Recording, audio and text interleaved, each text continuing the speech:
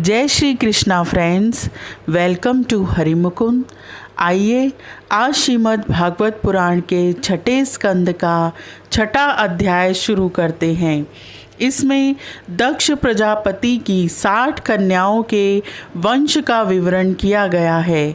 श्री सुखदेव जी कहते हैं, परीक्षित, तदंतर ब्रह्मा जी के बहुत अनुनय विनय करने पर दक्ष प्रजापति ने अपनी पत्नी असिकनी के गर्भ से 60 कन्याएं उत्पन्न की। वे सभी अपने पिता दक्ष से बहुत प्रेम करती थीं। दक्ष प्रजापति ने उनमें से 10 कन्याएं धर्म को, 13 कश्यप को, 27 चंद्रमा को, 2 भूत को, 2 अंगिरा को, 2 कृशाश्व को और शेष 4 ताक्षर्य नामधारी कच्छप को ही ब्याह दी। तुम इन दक्ष कन्याओं और इनकी संतानों के नाम मुझसे सुनो। इन्हीं की वंश परंपरा तीनों लोकों में फैली हुई है। धर्म की 10 पत्नियां थीं, भानु, लंबा, ककूब, जामी, विश्वा, साध्या, मरुत्वती, वसु, मुहूर्ता और संकल्पा। इनके पुत्रों के नाम सुनो। भानु का पुत्र देव ऋषभ और उसका इंद्रसेन था। लंबा का पुत्र हुआ विद्योत और उसके मेघगण हुआ। ककूब का पुत्र हुआ संकट, उसका कीकट और कीकट के पुत्र हुए पृथ्वी के संपूर्ण दुर्गों के अभिमानी देवता। जामी के पुत्र का नाम था स्वर्ग और उसका पुत्र हुआ नंदी। विश्वा के विश्वदेव हुए, उनके कोई संतान न हुई। साध्या से साध्यगण हुए और उनका पुत्र हुआ अर्थ सिद्धि। मरुत्वती के 2 पुत्र हुए, मरुत्वान और जयंत। जयंत भगवान वासुदेव के अंश हैं, जिन्हें लोग उपेंद्र भी कहते हैं। मुहूर्ता से मुहूर्त के अभिमानी देवता उत्पन्न हुए।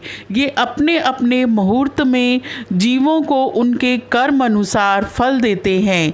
संकल्प का पुत्र हुआ संकल्प और उसका काम। वसु के पुत्र 8 वसु हुए, उनके नाम मुझसे सुनो। द्रोण, प्राण, ध्रुव, अर्क, अग्नि, दोष, वसु और विभावसु।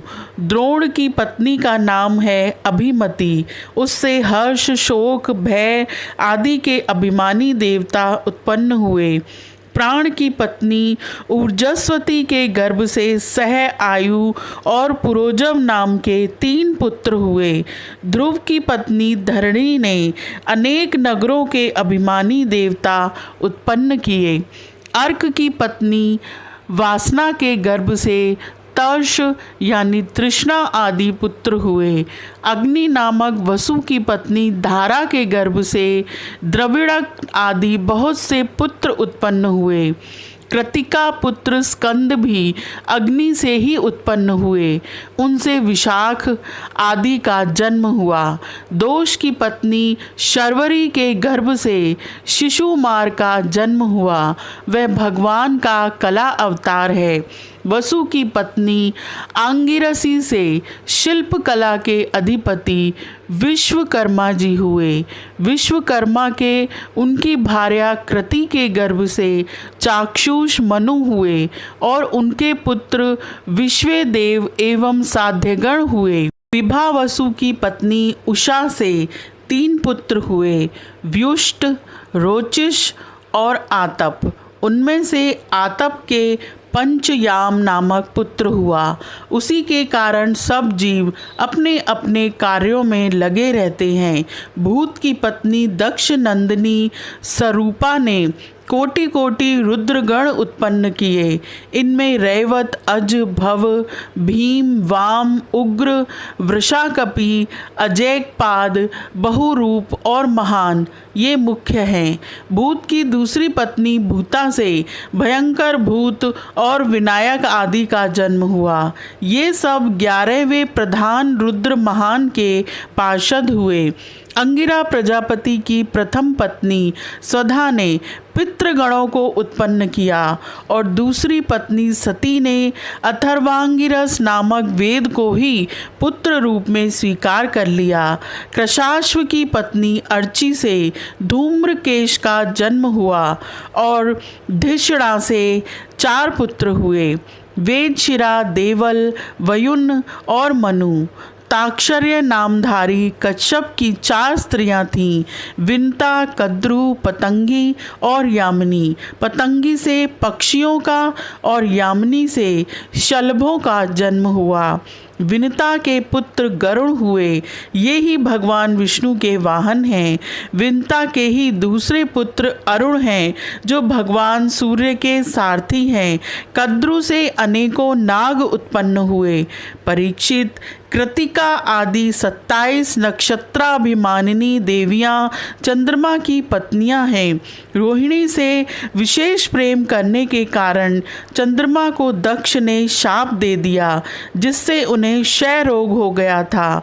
उन्हें कोई संतान नहीं हुई। उन्होंने दक्ष को फिर से प्रसन्न करके कृष्ण पक्ष की क्षीण कलाओं के शुक्ल पक्ष में पूर्ण होने का वर तो प्राप्त कर लिया, परंतु नक्षत्र अभिमानी देवियों से उन्हें कोई संतान न हुई।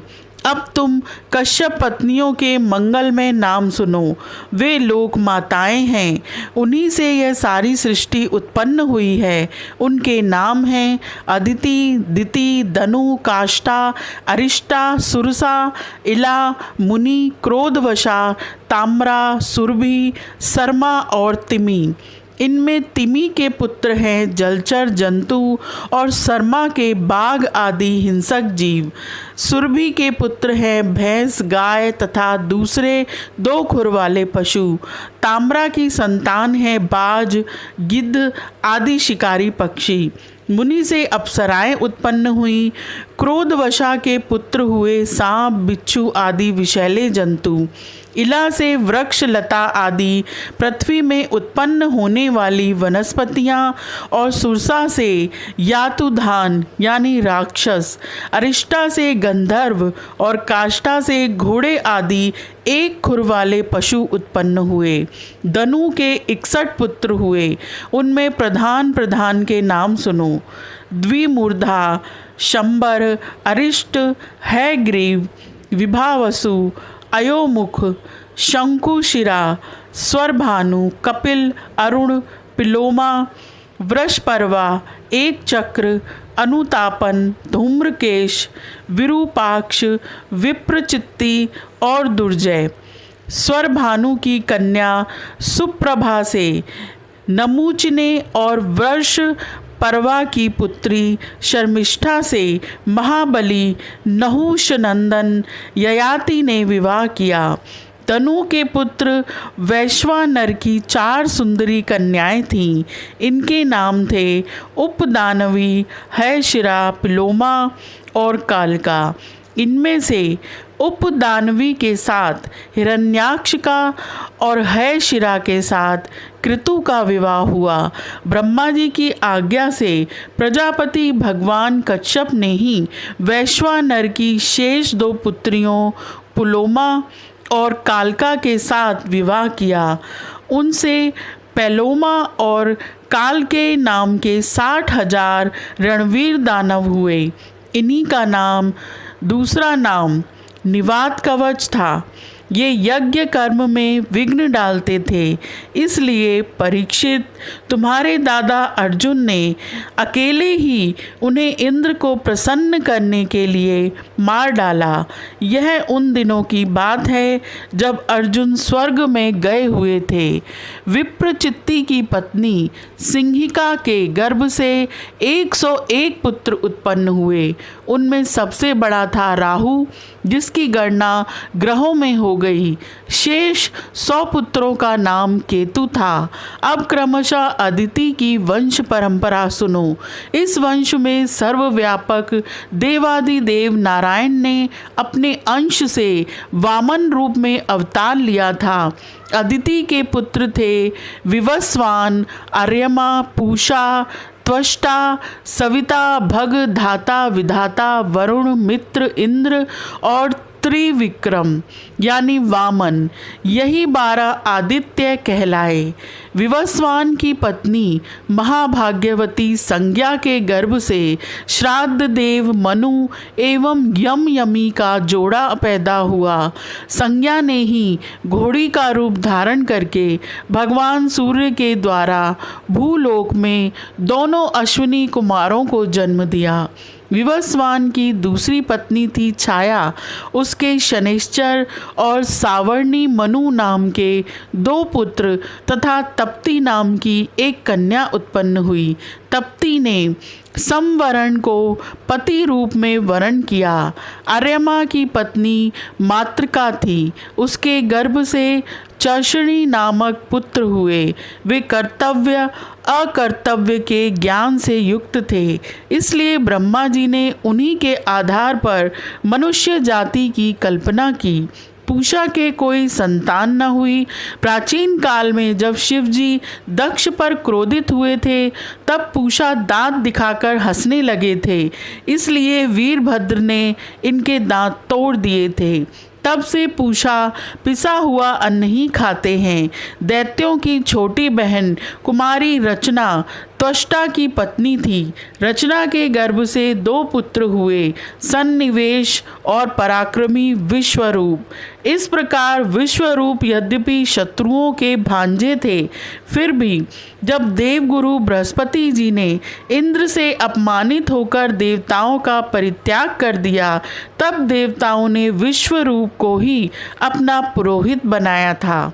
यह अध्याय यहीं समाप्त होता है। आज के लिए इतना ही। Please like, share and subscribe my channel. Thank you.